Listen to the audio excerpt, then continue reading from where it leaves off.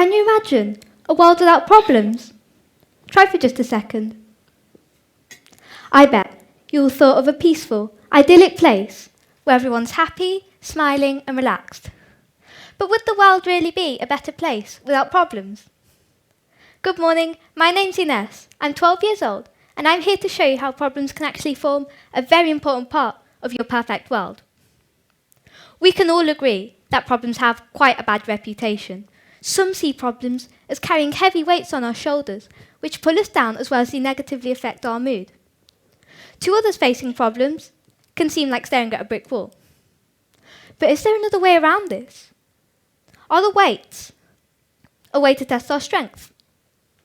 Or is there a hidden door in the brick wall which leads to a new world of endless possibilities? Let's take a closer look at how problems can actually help us to shape a better future.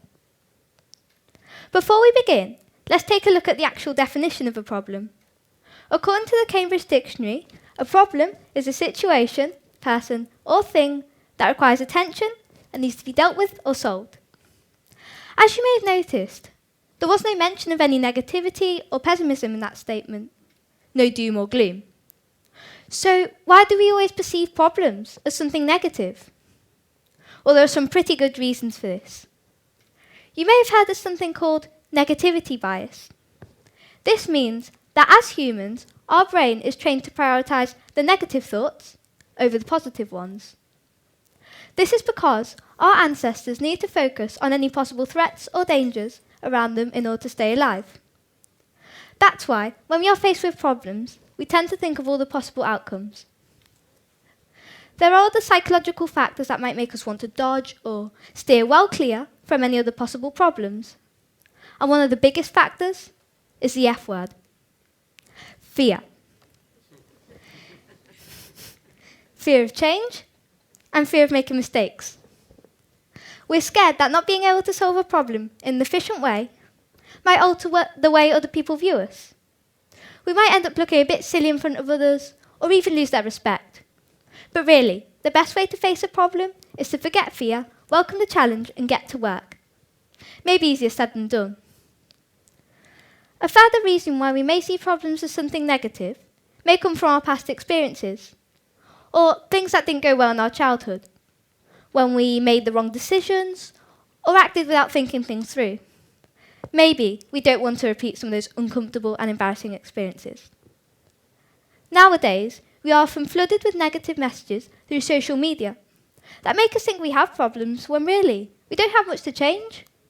Even on TV, the national and international news often talk about negative situations without ever offering any possible solutions. This just makes us want to switch off and give up.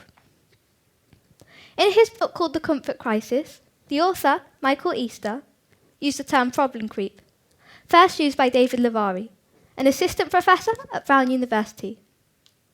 This means that when we run out of problems, we start to develop a lower problem threshold and start seeing those problems in much smaller issues, so that we're never 100% satisfied. Basically, too much comfort can turn non-problems into problems. Lavari discovered that as humans, we're constantly adjusting our expectations. We don't see our situation accurately, which is why we tend to see problems that don't exist. The comfort creep means that even when we are comfortable, we're still dissatisfied. We need to focus on real success stories to turn that dissatisfaction into motivation. One of the main issues with problems is that some people find it really hard to step out their comfort zone. It is healthy for us to experience discomfort. Too much comfort means we stand still, we don't learn, and we don't acquire new life competencies such as resilience and compassion. How could we ever develop these skills if we're never challenged? The dissatisfaction we all feel can be used as fuel to make our lives and the lives of others much, much better. We all know Leonardo da Vinci as the artist who created the Mona Lisa. However, Leonardo da Vinci also loved to analyse and solve problems in order to make important changes in society in which he lived. Instead of avoiding problems, Leonardo da Vinci was constantly curious about the world around him, taking notes about the possible improvements to be made in order to make people's lives better. His notebooks contained ideas and drawings from a wide range of topics, such as anatomy, astronomy, botany, cartography, painting and paleontology. His strengths in problem solving led to the inventions of one of the world's first flying machines, an adding machine, concentrated solar power, and a double hull, which is used on the ship. We can see the impact that these inventions have had on our modern world, because, what if solar power didn't exist? What if modern transport didn't exist? How would we be able to complete our maths homework without a calculator? In fact, if we stop and think about it, we can see how these inventions have been created to solve one problem or another. So if it's also positive, what is it that prevents people from using problems as a motivation? Well, really, it depends on your first response. And a common response is panic, which is caused by a sort of fight or flight message sent by the brain.